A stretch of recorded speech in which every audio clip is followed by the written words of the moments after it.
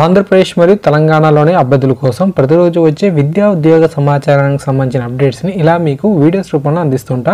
కొత్త వారైతే channel subscribe చేసుకొని సపోర్ట్ చేయండి. నచ్చితే వీడియోని లైక్ చేయండి, పది మంది కూడా షేర్ చేయండి.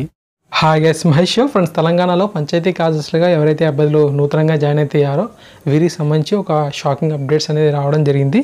సో పదవి ఒత్తిడి తట్టుకోలేక ఫ్యూ డేస్ బ్యాక్ ఒకరు ఆత్మహత్యాయత్నం కూడా ప్రయత్నించారంట. అంతేకాకుండా చాలామంది కూడా 2-3 మంత్స్ నుంచి మనం చూసినట్లయితే రాష్ట్ర వ్యాప్తంగా భారీగా ఖాళీలు కూడా ఏర్పడుతున్నాయి. సో ఎందుకంటే ప్రభుత్వం అతి తక్కువ సమయంలోనే మంచి ఫలితాలని సాధించాలనే ఉద్దేశంతో మనకు ఆ యొక్క భారాన్ని అంతటిని పంచాయతీ కార్యదర్శుల మీద నెట్టడం జరిగింది. సో ఎక్స్పీరియన్స్డ్ క్యాండిడేట్సే కొంచెం ఒత్తిడికి లోనవుతున్న నేపథ్యంలో కొత్తగా ఈ యొక్క ఉద్యోగాలకు జాయిన్ అయ్యి సో ఈ యొక్క ఉద్యోగాలకు సంబంధించి పై వారితోనూ అంతేకాకుండా కింద వారితోనూ కూడా ఒక మంచి అండర్స్టాండింగ్ చేసుకునే లోపే గవర్నమెంట్ అనేది ఇటువంటి టార్గెట్స్ని ఇవ్వడం వల్ల ఏంటంటే కొంచెం వీరు అవగాహన లేక ఒత్తిడికి అయితే లోన్ అవ్వడం జరుగుతుంది. అంతేకాకుండా ఈ ఒత్తిడిని తట్టుకోలేక ఇటువంటి అటెంప్ట్స్ కూడా చేయడం అయితే జరుగుతుంది.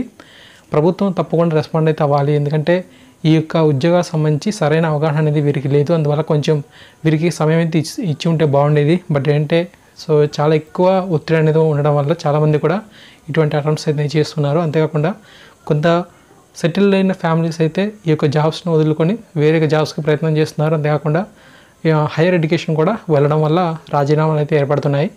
బట్ అంటే కొన్ని పూర్ ఫ్యామిలీస్ అయితే కొంచెం కష్టపడి చదివి ఒక ఉద్యోగాలు సాధించుకునేవారు.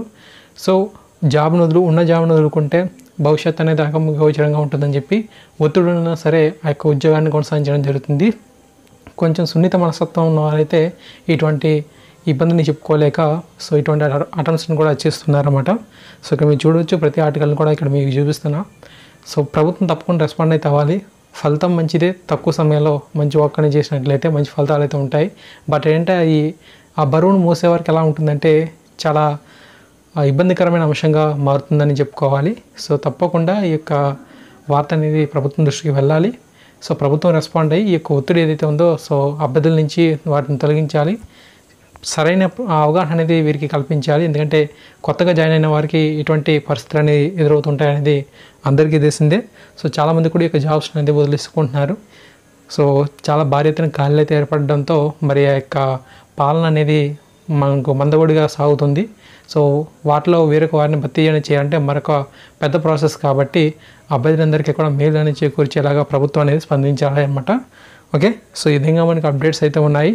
సో చాలామంది కూడా ఇక సాలరీస్ అనేది అవ్వకపోవడం వల్ల అంతేకాకుండా హెవీ వర్క్ లోడ్ అనేది ఉండడం వల్ల చాలామంది పాపం ఇబ్బంది అయితే పడుతున్నారు. సో వారందరూ కూడా తప్పకుండా వారందరికీ కూడా న్యాయం అనేది జరగాలని చెప్పి ఆశిస్తున్నా.